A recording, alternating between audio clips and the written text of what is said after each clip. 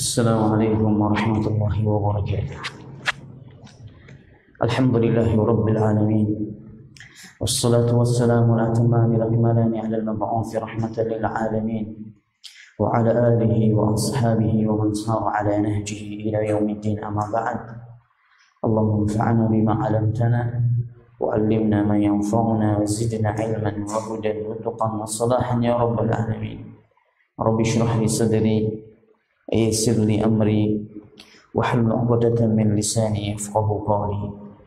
يا أيها الذين آمنوا اتقوا الله حق تقاته ولا تموتن إلا وأنتم مسلمون. أحبتي في الله، إخواني وأخواتي، barakallahu fikum jami'an. Kita lanjutkan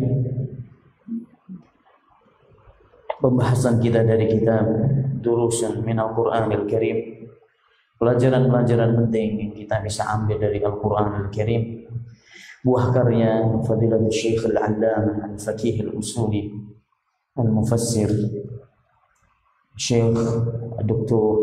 Saleh Ibn Fauzan bin Abdullah Al-Fauzan hafizahullah ta'ala wa ra'ah wa mata'allahu bisihhati wal afiyah. Syekh Saleh Fauzan salah satu anggota Dewan Fatwa Kerajaan Saudi Arabia dan termasuk juga anggota Majelis Ulama Besar Saudi Arabia, dan beliau di antara ulama ahli sunnah yang jadi rujukan di zaman sekarang ini. Semoga Allah menjaga beliau dan berkahi ilmu dan juga waktu segar dan juga karya-karya beliau. Amin ya rabbal alamin. Kita akan bahas pada kesempatan malam hari ini pelajaran yang kedua dari kitab Durusun minal Qur'anil Karim, yaitu tafsir suratul Fatihah. Tafsir dari surat Al-Fatihah. Surat Al-Fatihah tidak asing bagi antum sekalian, dan hampir 17 kali kita membacanya dalam salat kita. Tapi pernahkah kita mengajinya secara dalam, melajarinya, memahami ma'ani, mengupas kandungan-kandungan dan rahasia yang ada di dalamnya? Dan ini yang akan kita kaji. Kita akan pelajari dari surat Al-Fatihah, dari surat Al-Fatihah yang akan kita bahas insyaallah kedudukannya dan keutamaan yang dimilikinya, serta hukum membaca surat Al-Fatihah dalam salat, dan juga nama-nama surat Al-Fatihah, nama-nama yang dimiliki oleh surat Al-Fatihah apa saja. Dan ini juga yang menjadi perselisihan para ulama, ada 2 ayatnya, berapa jumlah ayatnya, baru kita akan bahas dan kita akan kupas tafsir surat Al-Fatihah. Dengan mohon kepada Allah Subhanahu wa taala, kita akan pelajari surat Al-Fatihah, manzilatuha wa makanatuha, posisi dan keagungan yang dimiliki oleh surat Al-Fatihah. Jelas tidak diragukan lagi ikhwani, surat Al-Fatihah adalah surat yang amat sangat agung dalam Al-Quran. Bahkan surat yang paling utama, yang paling agung, yang paling mulia kedudukannya di sisi Allah Subhanahu wa taala. Sebagaimana ayat kursi, ayat yang paling mulia, yang paling agung dalam Al-Quran. Surat yang paling agung adalah surat Al-Fatihah. Ayat yang paling agung dalam Al-Quran adalah ayat kursi. Sudah menjadi bukti akan keagungan dan keutamaan yang dimiliki oleh surat Al-Fatihah. Letaknya saja sudah di depan. Letaknya saja, dari peletakannya saja sudah di depan, di awal mushaf. Untuk itu surat Al-Fatihah dinamakan Fatihah. Surat Al-Fatihah dinamakan Al-Fatihah karena dia pembuka Al-Quran. Antum buka Al-Quran, Surat yang pertama kali adalah surat Al-Fatihah. Pembuka dia. Sebagai pemula yang mengawali Al-Quranul Karim, yang mengawali surat-surat yang ada dalam Al-Quranul Karim. Dari sini sudah menjelaskan akan keutamaan surat yang mulia ini. Dan tidaklah dia diletakkan di depan, kata Syekh, li'annaha ma quddimat wuji'at awal suratin fil mushafi illa li ahamiyatiha. Dan tidaklah dia diletakkan di depan kecuali karena saking pentingnya surat ini. Pembahasan yang kedua, hukum qiraatiha fi shalah. Apa sih hukum membaca surat Al-Fatihah dalam salat kita? Dan ini juga menjadi bukti akan keutamaan dan kemuliaan surat Al-Fatihah. Sampai para ulama sendiri, bahkan jumhur ulama, mewajibkan, tidak sah salat seorang tanpa membaca surat Al-Fatihah. Kita akan bahas secara terperinci bagaimana perselisihan para ulama tentang hukum membaca surat Al-Fatihah dalam salat.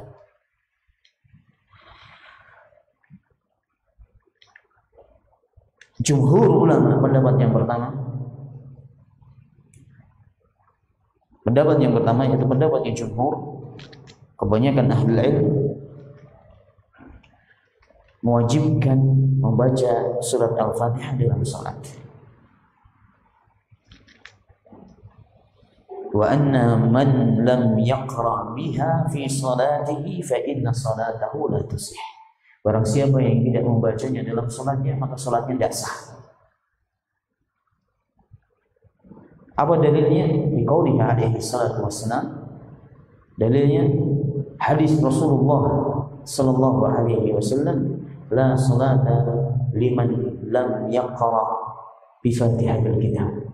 Hadis yang sahih yang diriwayatkan oleh Bukhari Muslim dari hadis Ubadah bin Samit. Tidak dianggap salat seseorang itu salat yang sah kalau tidak membaca surat Al-Fatihah bi Fatihatil Kitab, dengan Fatihatil Kitab. Syekh mengatakan, dan ini bagi orang yang mampu untuk membacanya. Orang yang mampu membaca surat Al-Fatihah, kalau sengaja dia tidak membaca dalam salatnya, tidak sah salatnya. Orang dia mampu.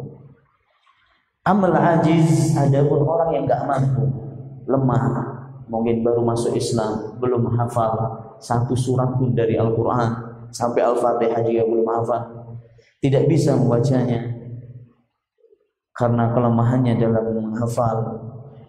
فَإِنَّهُ يَقْرَأْ مَا تَيَسَّرَ مَعَهُ مِنْ آيَاتِ الْقُرْآنِ غَيْرِ الْفَاتِحَةِ. Ya, sebisanya surat apa yang dia bisa, kata Syekh. Kalau nggak bisa Al-Fatihah, surat yang lain. Tapi kok ini juga nggak bisa, sama sekali nggak ada hafalan dalam Al-Quran. فَإِنَّهُ يَأْتِي بِذِكْر, zikir. Allahu Akbar, Subhanallah, Subhanallah, Subhanallah, Alhamdulillah, la ilaha illallah, Allahu Akbar, Subhanallah. Isinya semuanya tasbih salatnya, nggak apa-apa. Zikir apa saja yang dia ketahui dia sebutkan. Bahdu Subhanallah, Alhamdulillah, wa la ilaha illallah, Allahu Akbar, la haula wa la quwwata illa billah.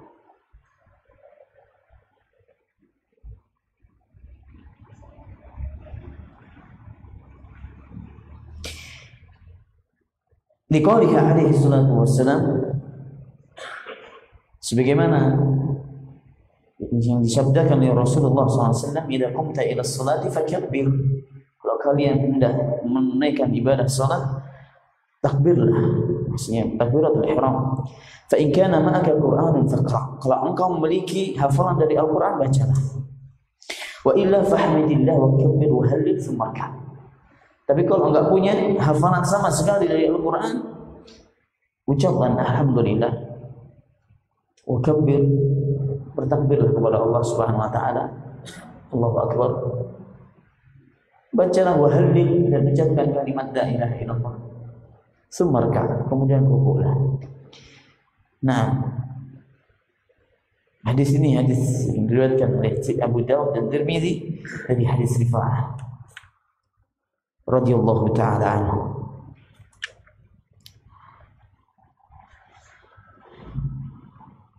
Dan juga di antara kalangan jumhur ulama, dari jumhur ahli ilmi, jadi wajib baik yang jamaah ataupun sendiri-sendiri.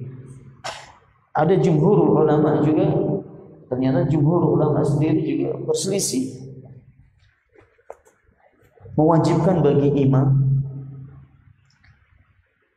dan orang yang sholat sendirian.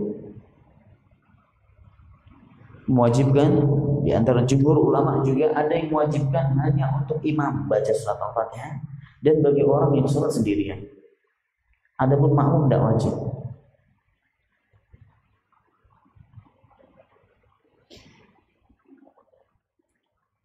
Wakhtalafu fi qira'atiha fi haqqil ma'mum ala thalathati aqwal.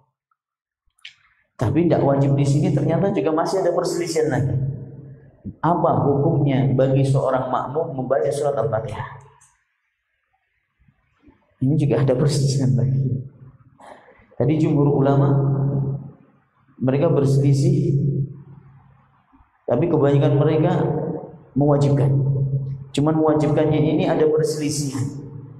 Bagi ada yang berpendapat baik imam ataupun makmum, baik sendirian atau jamaah wajib. Dan sebagian jumhur lagi juga ada yang berpendapat wajib bagi imam saja dan orang yang sholat sendirian. Adapun makmum ada perselisihannya lagi. Bagi seorang yang makmum ada perselisihan dari ulama menjadi tiga. Ada tiga pendapat. Pendapat yang pertama, wajib bagi seorang makmum ataupun imam. Wajib bagi seorang makmum ataupun imam. Pokoknya orang yang sholat wajib baca surat Al-Fatihah, baik dia posisi sebagai seorang imam atau makmum atau sholat sendirian. Dalilnya keumuman hadis Rasulullah SAW yang sudah saya baca tadi dari Ubadah bin Samit yang diriwayatkan oleh Bukhari Muslim. La salata liman lam yaqra bi Fatihatil Kitab. Tidak dianggap salat seseorang kalau dia tidak membaca Fatihatul Kitab, yaitu surat Al-Fatihah. Dan juga para ulama ini berpendapat karena berdasarkan dalil yang lain. Hadis Rasulullah SAW yang diriwayatkan Abu Dawud, Nasa'i dari Ubadah bin Samit. Maksudnya Rasulullah SAW pernah bertanya kepada para sahabat yang sholat di belakangnya yang menjadi makmum. Beliau bertanya, la'allakum taqra'una khalfa imamikum. Kelihatannya kalian ini ketika sholat bersamaku kalian membaca sesuatu di belakang imam. Qalu na'am. Mereka menjawab, iya ya Rasulullah, kami membaca sesuatu. La taf'alu illa bi Fatihatil Kitab. Fa innahu la salata liman lam yaqra' bi Fatihatil Kitab. Kok kalian sedang sholat berjamaah bersamaku atau bersama imam, jangan kalian lakukan, maksudnya jangan kalian membaca sesuatu di belakangnya imam kecuali Fatihatul Kitab. Kecuali Fatihatul Kitab.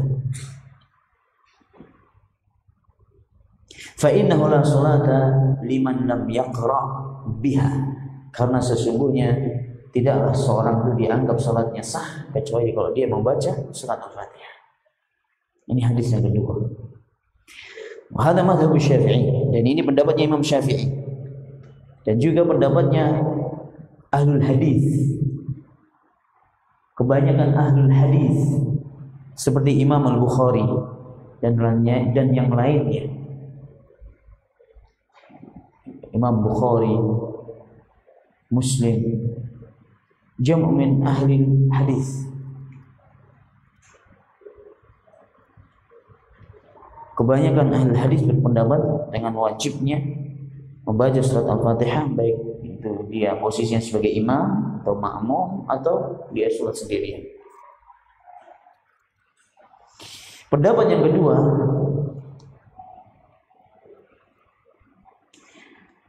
la tajibu 'alal ma'mum, tidak wajib bagi makmum. Tidak wajib bagi makmum karena bacaan seorang imam itu mencukupi bacaan makmum. Ini pendapat yang kedua. Alasannya begitu.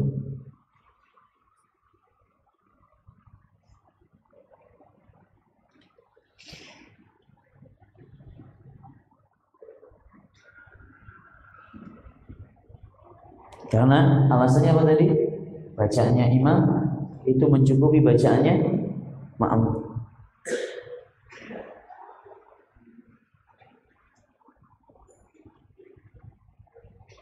Tapi nggak cuma pendapat ini beralasan seperti itu, mereka juga punya dalil. Hadis Rasulullah SAW, "Man kana lahu imamun, fa qira'atul imami lahu qira'ah." Man kana lahu imamun, fa qira'atul imami lahu qira'ah. Barang siapa yang sholat bersama imam, maka bacaannya imam itu mencukupi bacaan dia. Cuman hadis ini diperselisihkan oleh para ulama kesahihannya. Tapi wallahu ta'ala alam, sebagian ulama mensahihkan hadis ini.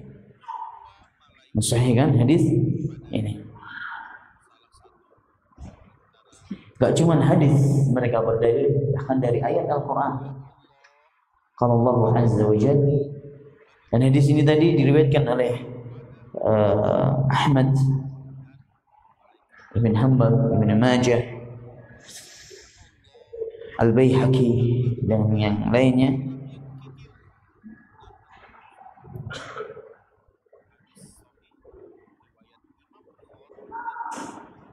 dari jalan Jabir bin Abdullah.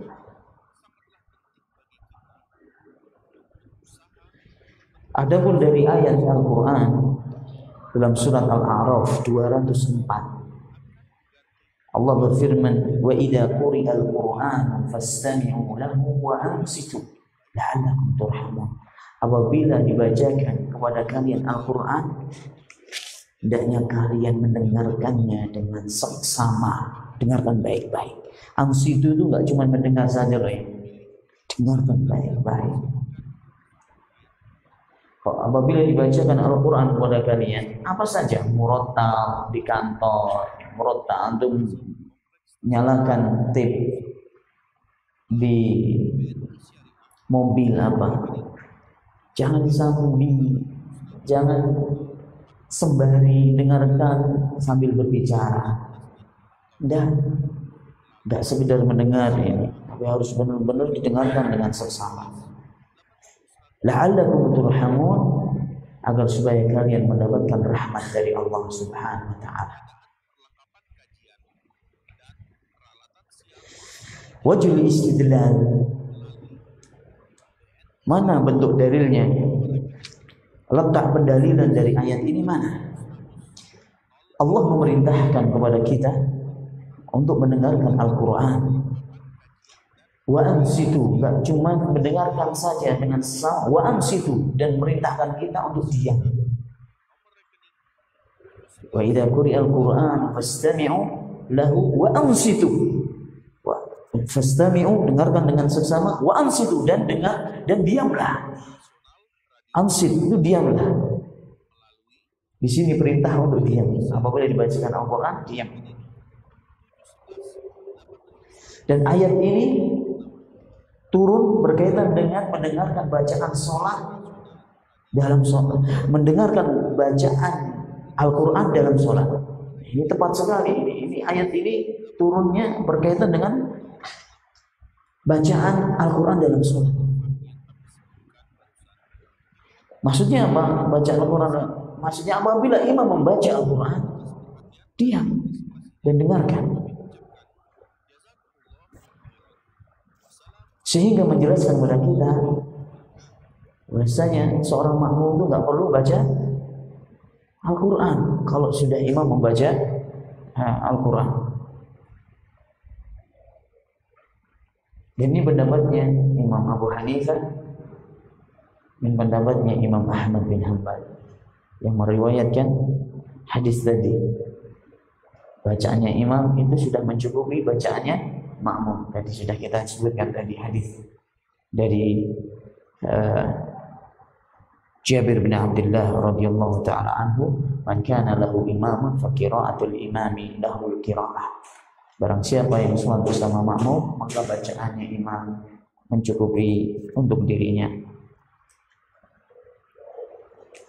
Adapun pendapat yang ketiga, pendapat yang terakhir, wa qaulul Imam Malik. Ini pendapatnya Imam Malik rahimahullahu taala. Syafi'i mewajibkan ala al-itlaq, secara mutlak wajib. Abu Hanifah, Ahmad tidak. Kalau makmum tidak wajib. Imam Malik, apa pendapat beliau? Dan ini pendapat yang dipilih oleh Syekhul Islam Taimiyah rahimahullah wa jama'ah minal ulama, dan juga ulama-ulama yang datang belakangan. أنها تجب على المأموم في الصلاة السرية لا يجهر فيه الإمام كالظهر والعصر، فأما في الصلاة الجهرية فإنها تكفي قراءة الإمام، وعلى المأموم أن ينصت ويستمع.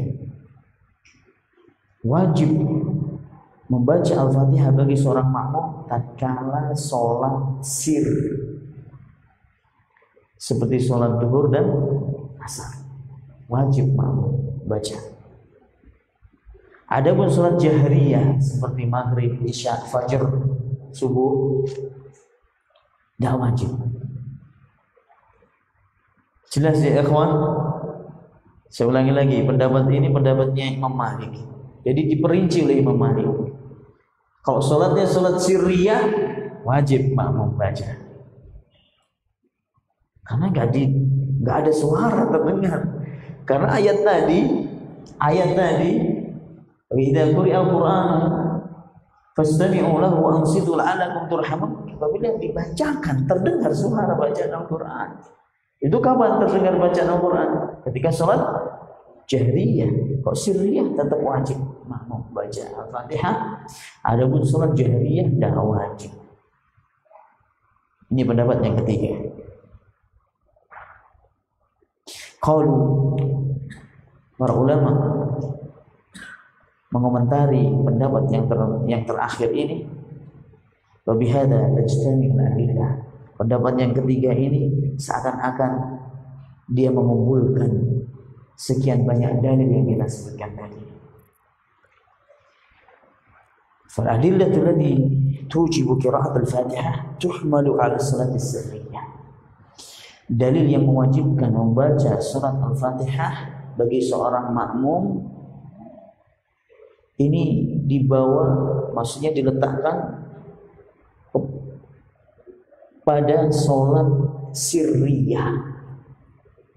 La sholat liman lam yaqra' bi Fatihatil Kitab. Tidak dianggap sholat seorang itu dengan sholat yang sah kok dia tidak membaca Al-Fatihah. Kapan? Ketika sholat sirriyah. Ketika sholat yang disirkan. Wal adillatul ukhra, yaitu ayat, dalil yang lain, ayat tadi dalam surat Ali Imran, Al-A'raf, 204, itu dibawa ayat ini atau diletakkan ayat ini pada sholat jahriyah. Apabila dibacakan pada kalian Al-Quran, maka dengarkan dan diamlah. Ini dalil ini diletakkannya pada sholat jahriyah.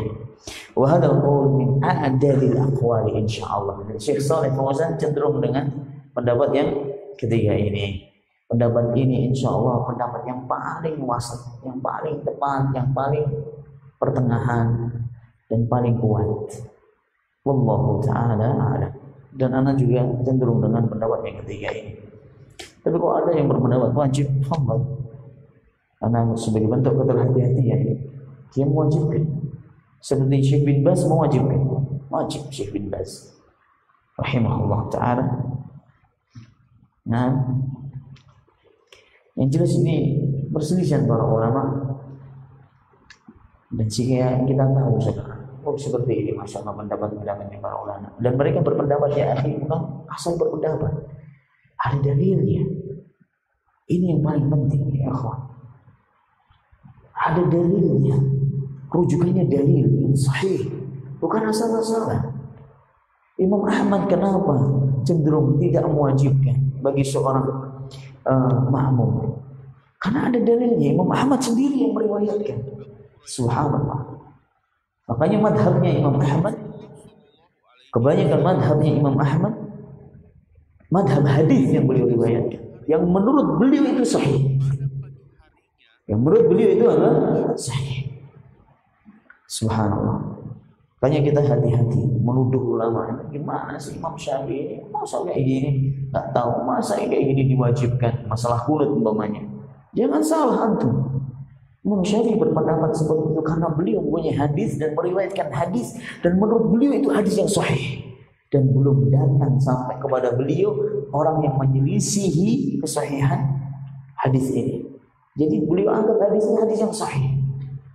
Ternyata datang setelah beliau para ulama-ulama hadis yang lainnya mengecek riwayat hadis ini hadis yang lemah. Dan kok seandainya Imam Syafi'i tahu hujahnya para ulama yang melemahkan hadis yang beliau riwayatkan, insya Allah beliau akan rujuk. Tapi qadarullah ma syaa. Jadi bukan asal-asalan kita. Banyak orang menyesatkan para ulama. Ucapannya kotor kepada para ulama. Tidak tahu bagaimana beratnya ulama ini melajari agama, mentransfer, bahkan mengambil ilmu ini dari ulama sebelumnya. Mereka amat sangat mendahulukan qala Allah, qala Rasulullah sallallahu alaihi wasallam.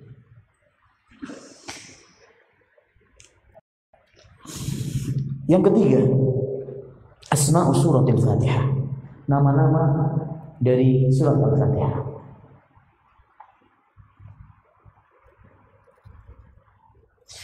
Surat Al-Fatihah memiliki banyak nama ya ikhwan.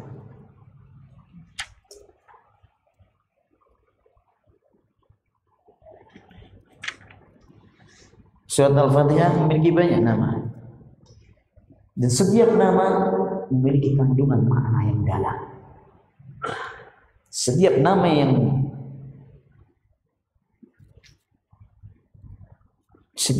dari nama-nama Al-Fatihah ini memiliki kandungan makna yang amat sangat agung.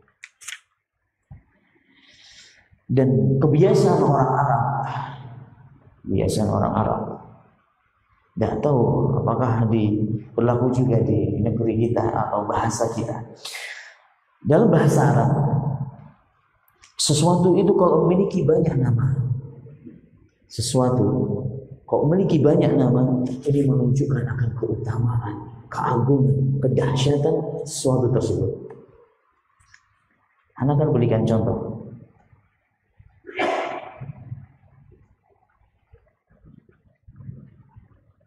Harimau itu namanya banyak sekali dalam bahasa Arab.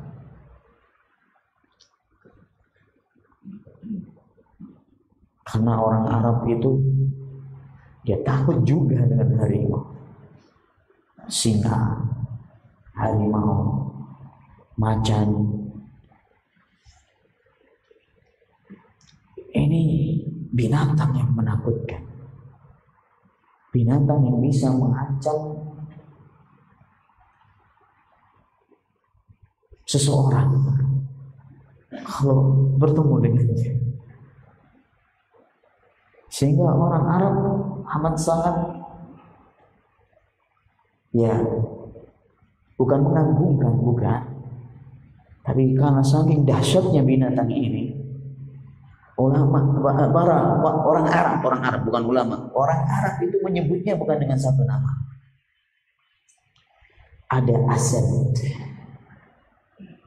ada Fahad, ada Ja'far, ada Usama, ada yang namanya Usama, ada Ja'far,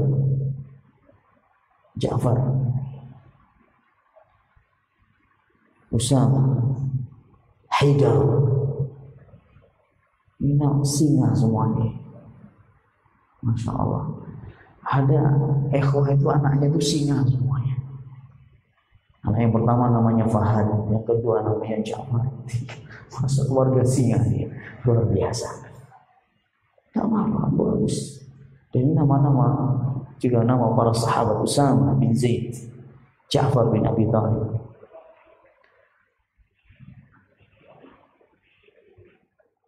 Hamzah, Haidar, Fahad,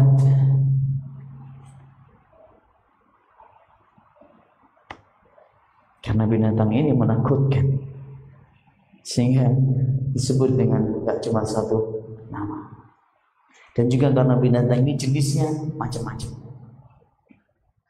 Contoh yang lain, pedang. Pedang ini juga memiliki banyak nama. Cuman yang saya ingat cuma berapa aja itu dari nama-nama pedang. Di antaranya Saif, di antaranya juga Muhannad ini pedang yang terkenal pada zamannya sahabat, yang terbuat dari India, Hind. Muhannad, pedang yang terkenal karena pedang ini menakutkan, dahsyat pedang ini, mematikan, sehingga orang menyebutnya bermacam-macam nama. Nama yang pertama dari surat Al-Fatihah, kembali lagi di surat Al-Fatihah, karena surat Al-Fatihah surat yang agung, surat yang amat sangat mulia, Masya Allah, sehingga disebut oleh Allah Subhanahu Wa Taala dan Rasulnya Sallallahu Alaihi Wasallam gak cuma dengan satu nama. Nama yang pertama Fatihatul Kitab, Fatihah, pembuka Al-Quran. Fatihah, karena dengannya Al-Quran, mushaf Al-Quran diawali dengan surat ini. Yang kedua, Ummul Quran atau Ummul Kitab, induknya Al-Quran, ibundanya Al-Quran, induknya Al-Quran.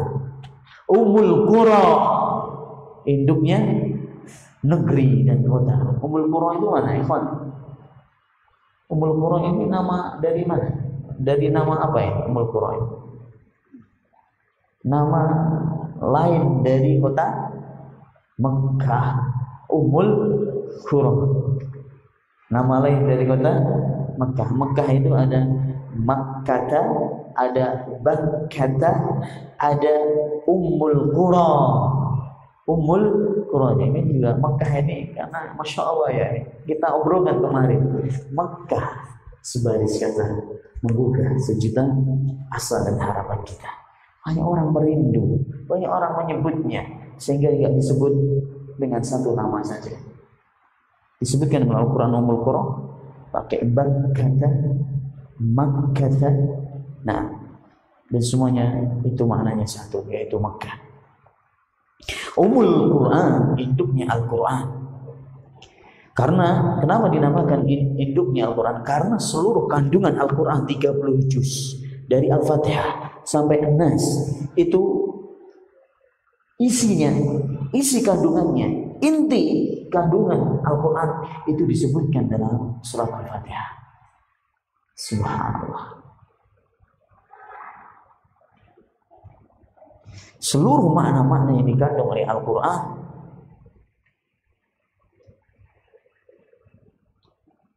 dan dijelaskan oleh Allah secara terperinci di dalam Al-Quran, kandungan inti maknanya sudah disebutkan dalam surat Al-Fatihah.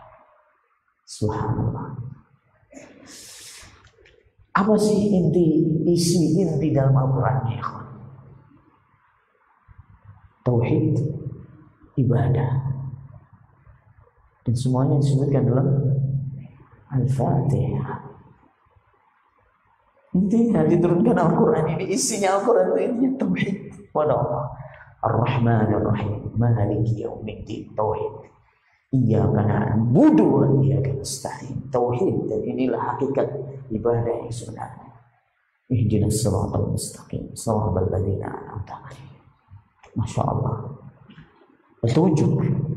Kita mohon petunjuk kepada Allah agar supaya istiqamah di atas tauhid, di atas ibadah, ketaatan kepadanya, dan dijauhkan dari kesesatan dan dijauhkan dari sikapnya orang-orang yang dhalin, orang yang tersesat, dan juga orang-orang yang terlaknat yang dimurkai oleh Allah Subhanahu wa taala.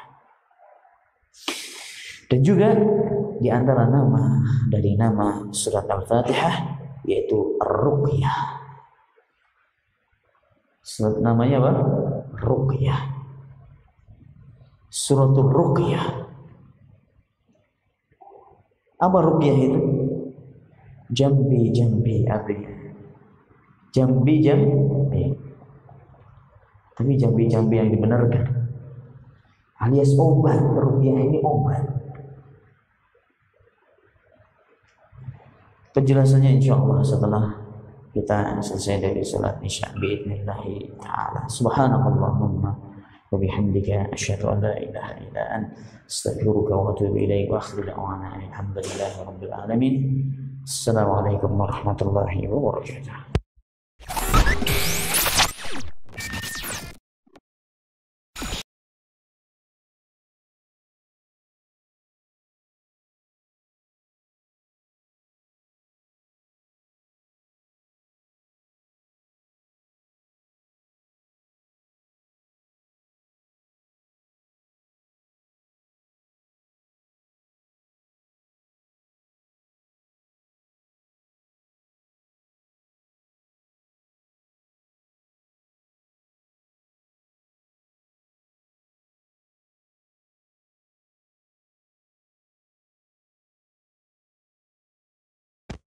Ya.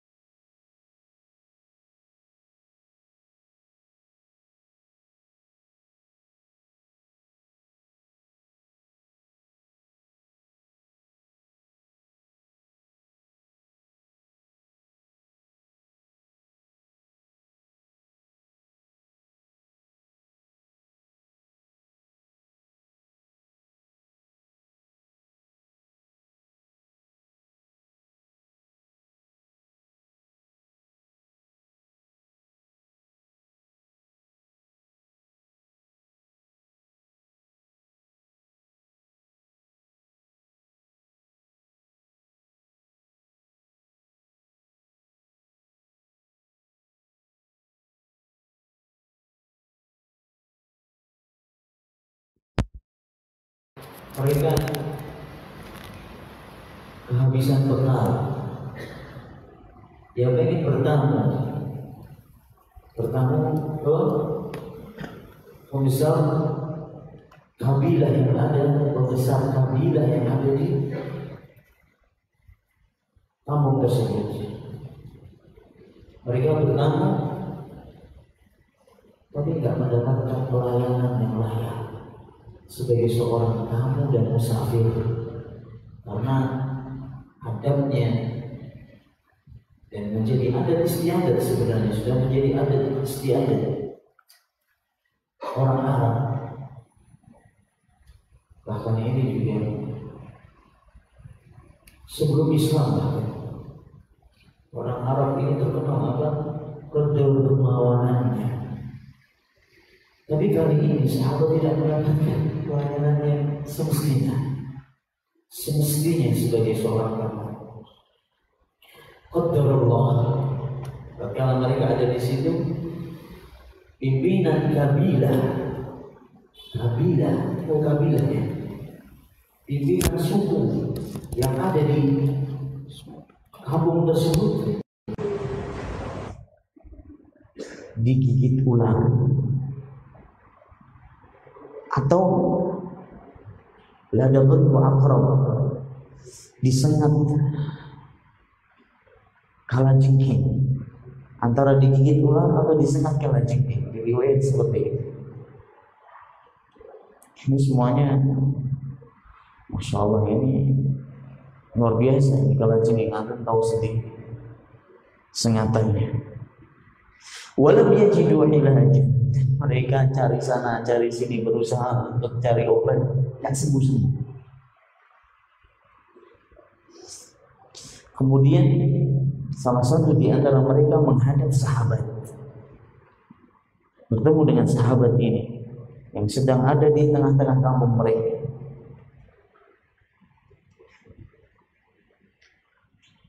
Dan minta untuk diobati. Kalian punya obat, ada resep, ada jambi-jambi untuk mengobati pimpinan kami.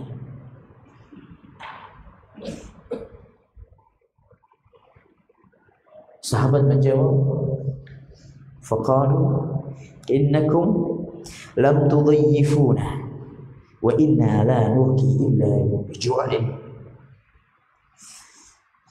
Kami datang ke sini bertamu kepada kalian, tapi kalian tidak perlakukan kami selayaknya sebagai seorang tamu musafir. Kami mau meruqyah, mengobati, membacakan jambi-jambi yang kami miliki untuk orang yang sakit dari pemimpin kalian. Kami mau melakukan ini, tapi dengan syarat harus ada fee-nya. Karena tidak mau gratis. Masya Allah, sahabat, dia diperlakukan kurang terhormat, balas sekarang sahabat ini, karena tidak mau gratis. Kami butuh masalah, kami butuh bantuan sekarang ini dalam perjalanan ya. Karena butuh ini fee. Gimana? Mau dah? Karena butuh ujroh.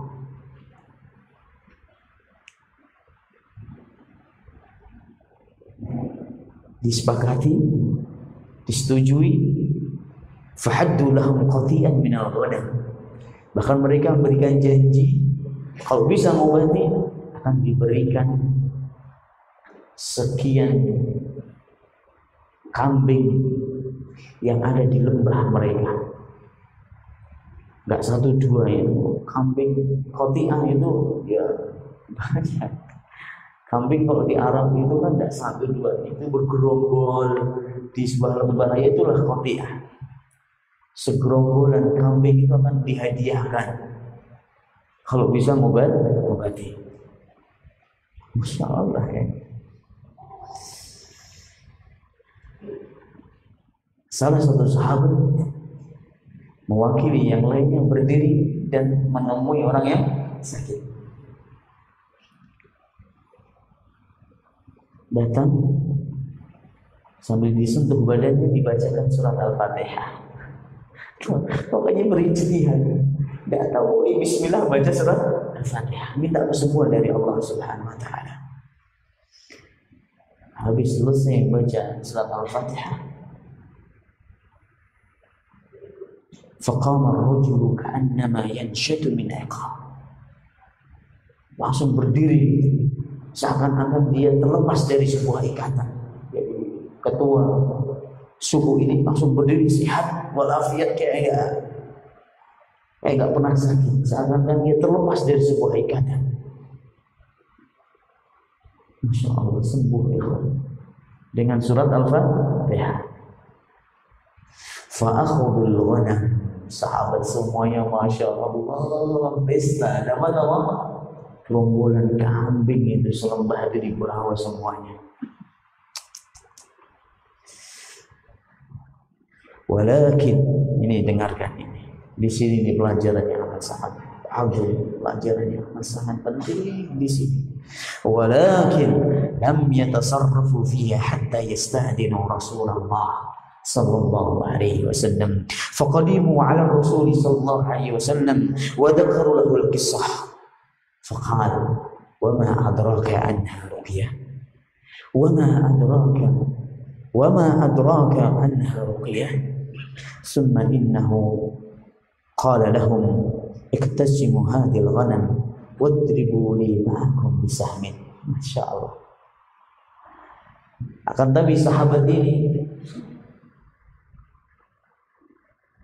kegembiraan mereka terbatas. Maksudnya senang-senang dapat ini, tapi satu pun dari kalangan sahabat ini tidak ada yang berani mutak-mutik kambing pemberian ini. Gak ada yang berani antara mereka nyembelih satu atau dijual satu. Gak ada yang berani. Tapi tetap dibawa kambing ini, digiring. Tapi mereka tidak ada satu pun yang berani ngambil atau menyembelih kambing ini sampai mereka datang ke kota Madinah. Sampai ke kota Madinah dan sampai menghadap kepada siapa? Rasulullah SAW. Maksudnya tanya, ini kehalalan ini halal enggak gitu? Terus gimana ini? Sebelum mereka tasarruf banyak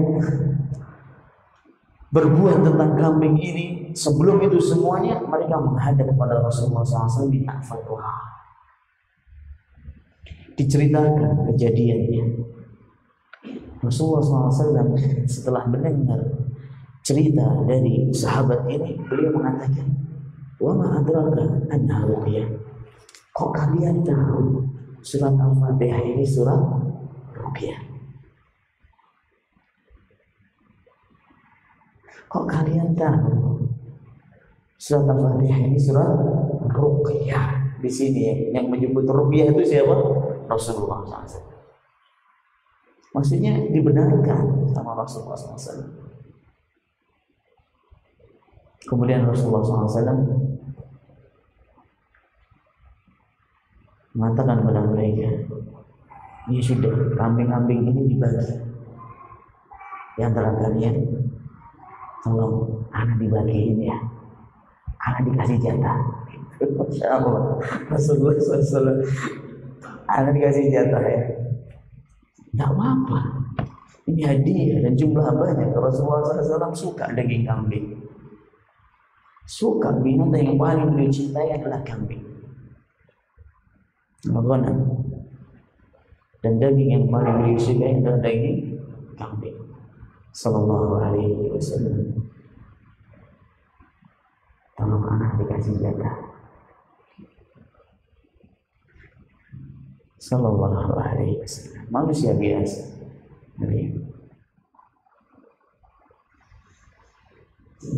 Kemudian beliau mengatakan, "Inna ahaqqa ma akhadtum alaihi ajran kitabullah." Sesungguhnya sesuatu yang layak kalian untuk mengambil fee darinya itu adalah sesuatu yang berkaitan dengan kitabullah, Al-Quran. Sesuatu yang layak untuk kalian mendapatkan fee, ajar, upah, ini yang berkaitan dengan Al-Quran. Hadisnya sahih, diriwayatkan oleh Bukhari. Di sini pelajaran yang agung, bagaimana para sahabat itu tidak tergesa-gesa mengambil sikap. Pasti beliau atau mereka radhiyallahu taala anhum minta petua, minta pendapat, taujihat, bimbingan, masukan dari baginda Al-Mustafa wa Rasulul Mujtaba Muhammad bin Abdullah sallallahu alaihi wasallam. Nama yang selanjutnya, nama yang keberapa ini? Hah? Kelima atau keempat? Oh, 5 banyak sekali. Keempat, Asy-Syafiyah.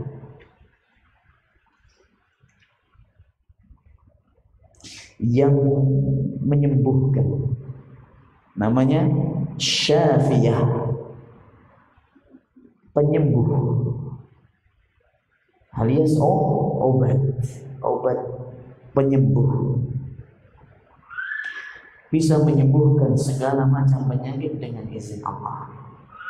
Asy-Syafiyah, tadi ruqyah, jambi-jambi, sekarang Syafiyah, penyembuh dengan izin Allah untuk segala macam penyakit.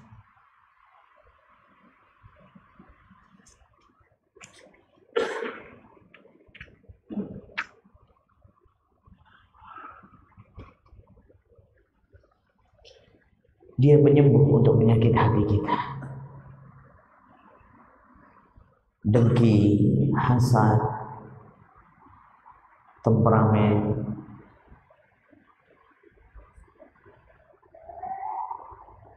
dan juga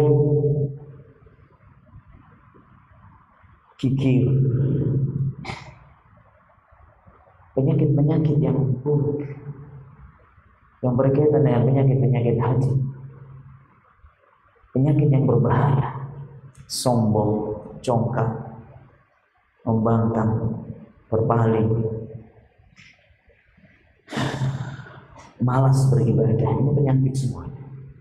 Penyakit-penyakit yang berkaitan hati ini bisa diobati dengan Al-Fatihah, bisa diobati dengan Al-Quran secara umum, dan juga penyakit-penyakit yang berwujud penyakit jasmani, penyakit medis, penyakit yang berkaitan dengan medis, penyakit jasmani, penyakit badan kita, sakit apa saja, pusing, sakit mata,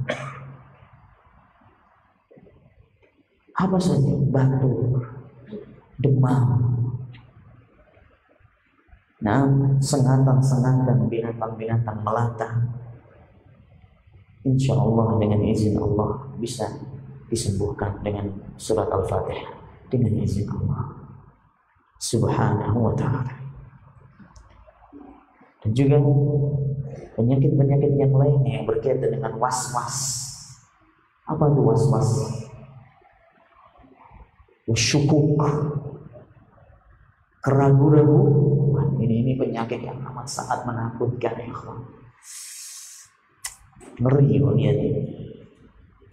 Wal auham wal wasawis wasyukuk, keraguan-raguan, penyakit-penyakit ini insya Allah juga bisa disembuhkan dengan Al-Quran, secara khusus surat Al-Fatihah.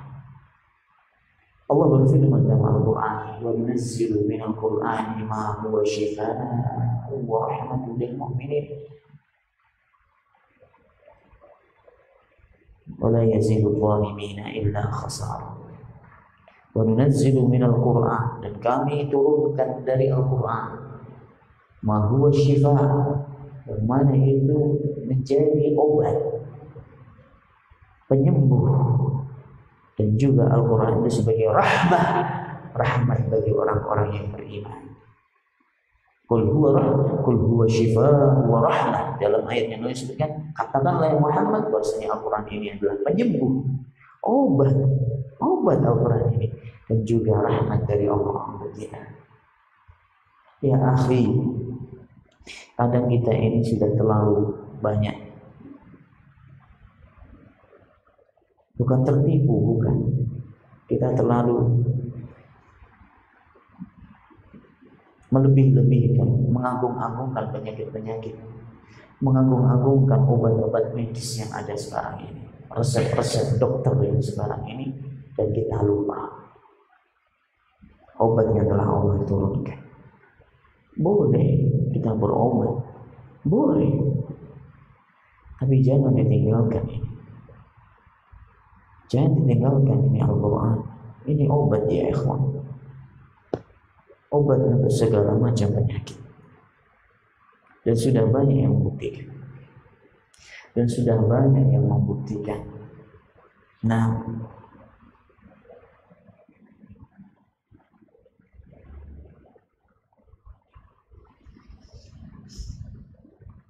ini yang apalagi kita hidup di zaman fitnah seperti ini, hawa nafsu, perkara-perkara yang menarik kita bisa terjerumus ke situ. Itu sarananya banyak sekali. Faktor-faktor penyesat, faktor penjerumus kita kepada kemaksiatan banyak sekali. La haula wala quwwata illa billah. Kalau antum dan antum bentengi diri antum dengan Al-Quran, sibukkan diri dengan Al-Quran, banyak baca Al-Quran, zikir kepada Allah Subhanahu wa taala, ya, cepat atau lambat antum akan kena imbasnya. Kita hidup di zaman fitnah, kita hidup di akhir zaman ini sudah. Dekatlah dengan Al-Quran, dekatlah dengan Allah Subhanahu wa taala, terus berkomunikasi dengan Allah dengan perantaraan baca Al-Quran. Itu obat, benteng yang amat sangat kokoh, benteng antum dari segala godaan hawa nafsu dan penyakit-penyakit hati yang lain yang sudah saya sebutkan di depan. Ya akhi, kalau antum gak sungguh-sungguh, gak jujur kepada diri sendiri, gak jujur kepada Allah dalam membentengi diri ini, jujur ini maksudnya sungguh-sungguh dalam beribadah kepada Allah, ya, susah untuk mendapatkan petunjuk Allah Subhanahu wa taala. Kalau kita sungguh-sungguh, Allah akan menolong kita dan memudahkan kita, dan Allah akan menjaga kita. Allah akan mudahkan kita dari menghindari perkara-perkara yang bisa menyesatkan kita, yang bisa menjerumuskan kita kepada kemaksiatan. Allah akan mudahkan, dapat teman yang baik. Allah akan berikan taufik kepada kita. Kalau kita sungguh-sungguh, walladzina jahadu fina lanahdiyannahum subulana wa innallaha la'al muhsinin.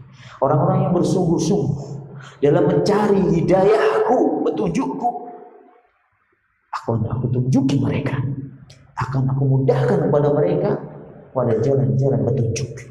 Antum gak sungguh-sungguh, tidak ada petunjuk. Walladzina jahadu, syaratnya harus sungguh-sungguh.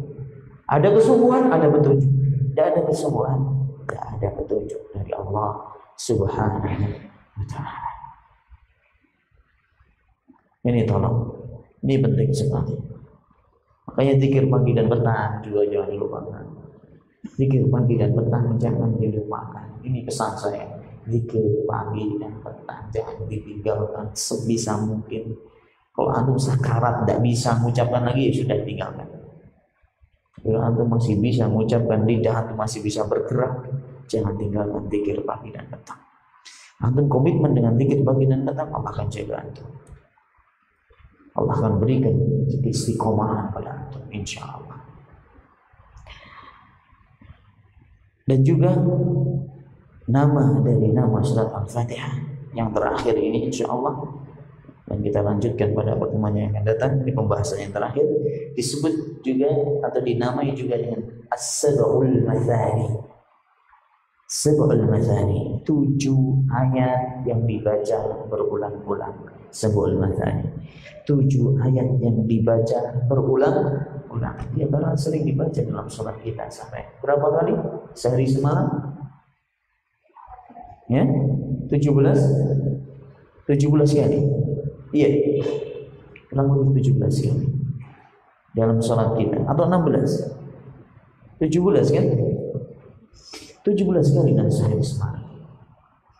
Sering dibaca berulang-ulang, bahkan setiap rakaat sholat pasti dibaca.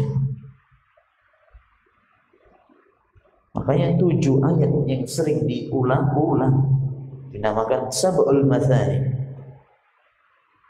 Laqad atainaka sab'an minal mathani wal Qur'anal 'azim.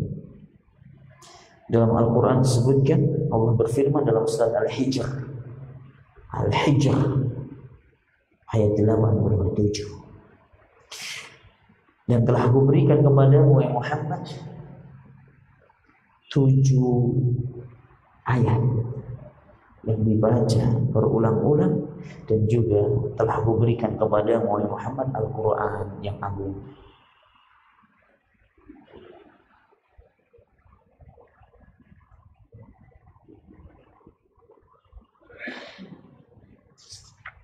Nah, ini nama dari surat Al-Fatihah, dan juga ada nama yang lain, namanya salat dalam hadis qudsi. Karena disebutkan dalam hadis Rasulullah SAW, bahasanya surat Al-Fatihah ini, beliau katakan bahasanya surat ini adalah salat. Arti dari Al-Fatihah ini dinamai oleh Rasulullah SAW dengan sebutan as-salat. Salat disebutkan salat karena sahnya ibadah salat ini tergantung dengan apanya? Al-Fatihahnya, sampai disebutkan as-salat. Dan ada hadisnya dalam hadis qudsi, hadis yang sahih. Nah, untuk itu akhi, dalam masalah salat, tolong usahakan antum sempurnakan salat antum dengan menjaga bacaan Al-Fatihah di dalamnya. Usahakan jangan ditinggalkan. Sebagaimana kita sebutkan pendapat ulama yang ada 3 yang kita paparkan di atas, dan bagaimana perinciannya sudah saya jelaskan. Yang jelas ini Al-Fatihah tidak bisa main-main. Dan pesan anak kepada imam yang biasa mengimami, mungkin di tempat di kampungnya atau di tempat tinggalnya, di kompleknya, biasa mengimami jamaah masjidnya, hendaknya dijaga bacaan Al-Fatihah ini. Jangan sampai keliru untuk mengucapkannya, membacanya, mengucapkan lafaz-lafaznya dan makhraj hurufnya, tempat keluar hurufnya. Jangan sampai keliru. Kalau keliru dan kekeliruannya parah sampai mengubah arti, tidak sah salat Al-Fatihah. Alhamdulillahi Rabbil Alamin, bukan hamdu, alhamdu. Ar-Rahmanir Rahim, bukan Ar-Rahmanir Rahim, tapi Ar-Rahman. Ini sudah mengubah makna. Iyyaka na'budu wa iyyaka nasta'in, salah. Iyyaka na'budu wa iyyaka nasta'in, ada tasydidnya. Antum enggak antum kasih tasydid, artinya sudah beda antara langit dengan sumur. Ini hati-hati. Sampai ulama sudah sepakat, hampir sepakat para ulama yang sama baca Al-Fatihah tidak sepakat. Bagi orang yang mampu untuk membacanya. Banyak paling tidak kita ikhwan ini benar-benar sungguh-sungguh melajari Al-Quran, dan Al-Quran adalah sebaik-baik hal yang harus kita pelajari, sebaik-baik perkara yang harusnya kita pelajari, dan perkara yang Masya Allah tidak bisa dianggap ringan, tidak bisa dianggap sepele, dan butuhkan kesungguhan dalam melajarinya. Bahkan Rasulullah SAW juga banyak dalam ayat, dalam hadis, juga Allah Subhanahu Wa Taala Al-Quran memuji orang-orang yang melajari kitab Allah, dari segi bacaannya, dari segi qiraahnya, dan juga dari segi menegakkan hukum-hukum yang ada di dalamnya. Wallahu ta'ala a'lam bishawab.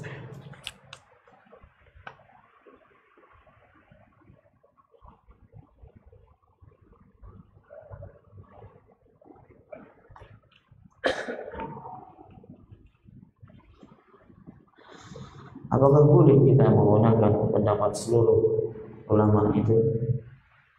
Kok dalam kondisi-kondisi tertentu, mungkin kita capek, atau mungkin kita nggak fokus soalnya, ya mungkin sah-sah saja, boleh-boleh saja. Tapi kalau antum sengaja menyengaja cari enaknya, pendapat yang enak, ini tidak baik, bahkan ini penyakit. Mengambil pendapat cari enaknya,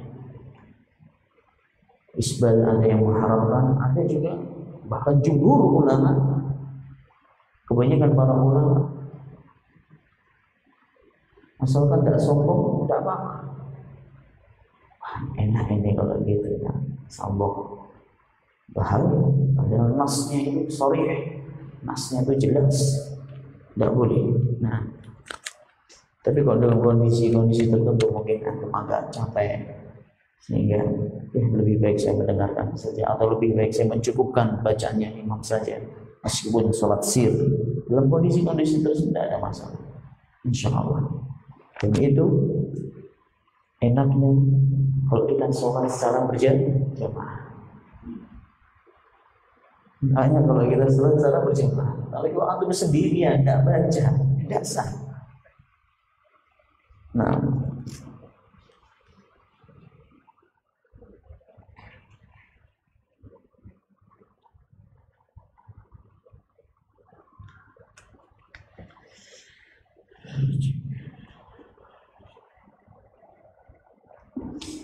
masalah suntik imunisasi ya, kekebalan untuk bayi, pendapat yang Allah Ta'ala alam, pendapat yang menurut saya rojih, yang kuat, boleh, tidak ada masalah, meskipun sebagian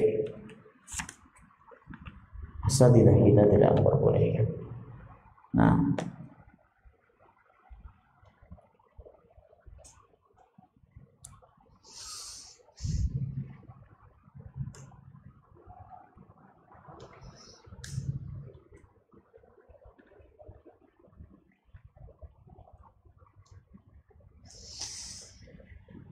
kalau antum berpuasa dan antum mengeluarkan madhi atau wadi, madhi ini muqaddimatul mani, sebelum keluarnya mani biasanya keluar madhi dulu, cairan yang jernih. Kalau itu berasal dari syahwat, insya Allah puasa antum tidak batal, tapi cacat puasa antum. Dan takutlah antum kepada Allah. Ittaqillah, takutlah antum kepada Allah. Ya ini, insya Allah ya. Jujur aja kita hidup di zaman fitnah, apalagi antum anak muda. Al-muthirat lil fitnah, syahwat, perkara-perkara yang memicu bangkitnya hawa nafsu, yang memicu kita jatuh kepada kemaksiatan, itu banyak sekali di sekitar kita. Di HP aja, di HP. Ini ngeri HP ini. Wallah, anak sampai kadang-kadang mikir ini kalau anak-anak muda, ikhwah yang belum menikah, terus lihat kayak gini, kayak apa ya? Hancur ini. Sholat dan khusyuk, banyak pengaruhnya. Sering terlambat, bangun tidur susah, karena ya emang jiwa ini dan jasmani ini makanannya seperti itu. Makanannya itu dosa. Sampai puasa pun masih keluar madhi umpamanya. Ini berat.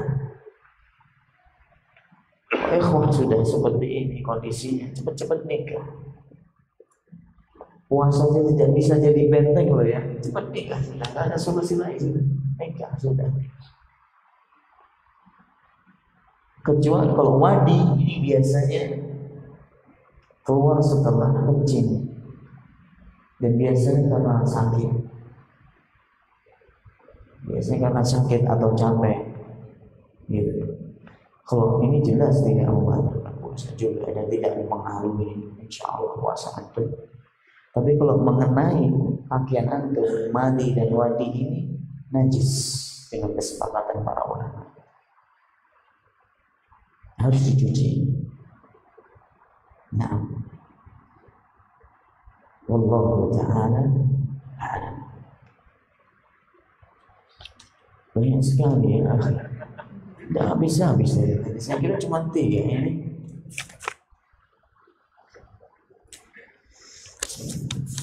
Allah musta'an.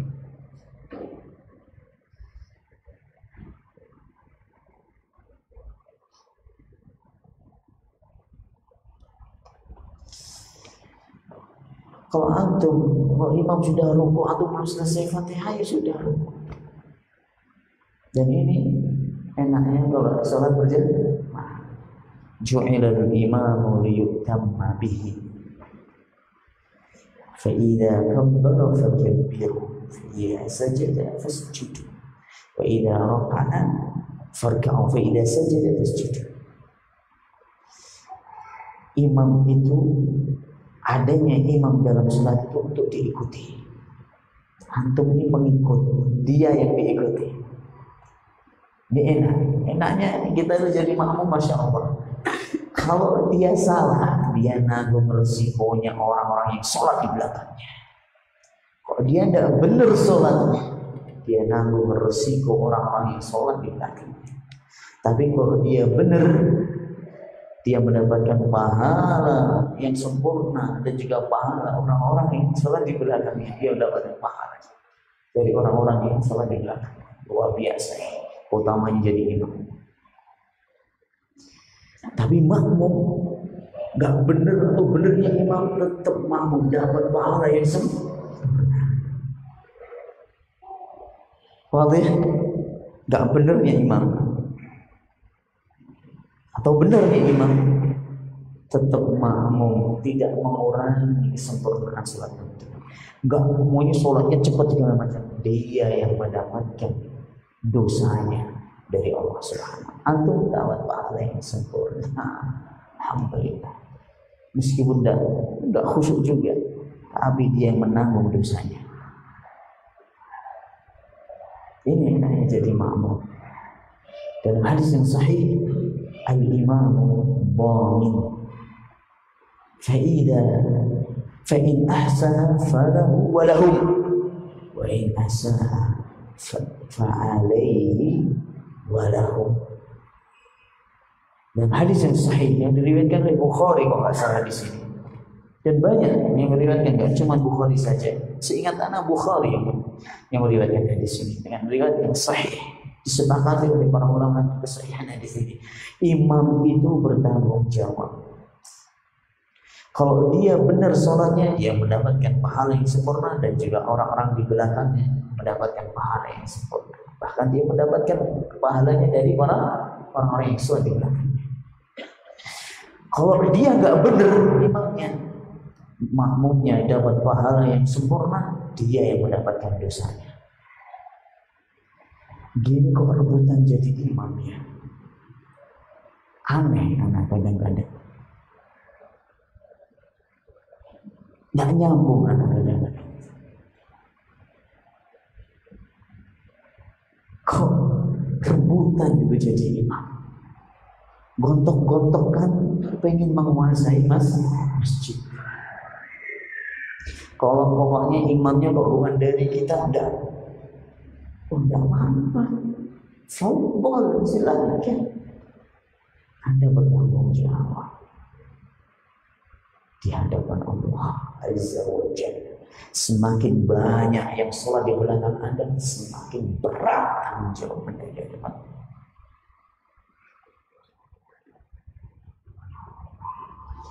Antum jangan terus ciut nyali, kecil hati. Aduh, nggak mau anak jadi imam.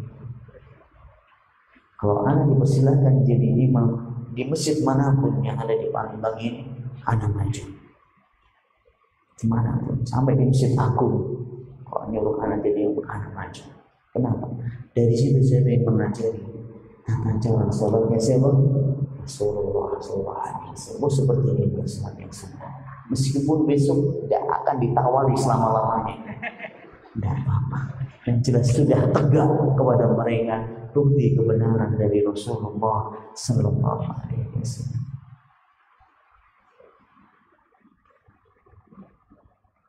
Sampai pun kalau di Masjidil Haram ya nggak mungkin kita ditamari kan. Kalau nggak ada imamnya ya ada penggantinya sudah. Nggak mungkin nawarin kita. Nah, itu imam itu adanya diikuti. Sehingga kalau imam rukuk jangan berdiri. Imam sudah angkat dari sujudnya, antum masih sujud. Ini mukhalafah, menyelisih. Bahkan sebagian para ulama berpendapat bisa batal sholat antum. Ada 4 posisi. Tolong ini diperhatikan teman-teman. Ini penting ini ya. Ada 4 posisi atau kondisi imam dari posisi makmum dari ada 4 posisi makmum dari imamnya. Yang pertama al-mukhalafah, menyelisih. Imam sudah rukuk, Allahu Akbar, dia masih berdiri. Imam bangkit dari rukuknya, sami Allahu liman hamidah, dia masih rukuk lama sekali. Terutama ini di sujud yang terakhir biasanya. Dan tidak ada hadis yang sharih, dalil yang jelas yang menjelaskan kalau sujud di terakhir itu dipanjangkan. Tidak ada. Ini seringkali imam sudah bangun dari sujud yang terakhir, makmumnya masih apa? Sujud, khusyuk, masya Allah, khusyuk sekali sangat. Padahal dia menyelisih, bisa batal gitu sholatnya. Sebagian para ulama bisa batal, berpendapat batal. Yang kedua,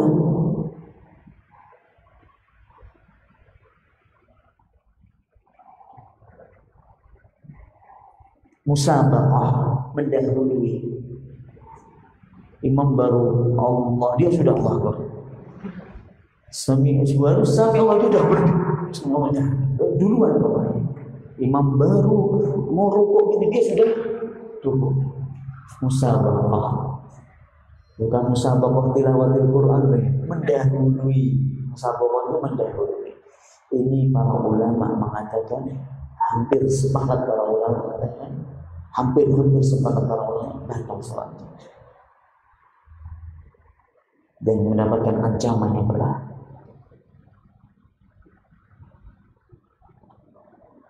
Orang yang mendahului imamnya akan dirubah kepalanya, wajahnya dengan wajah apa? Himar, rodai.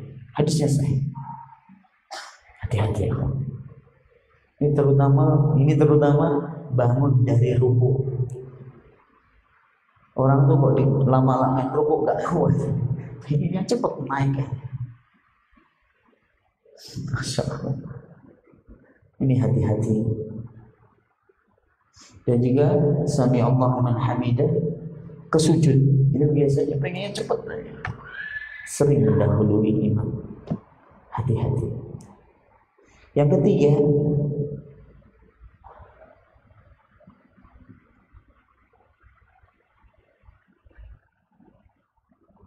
muwafaqah,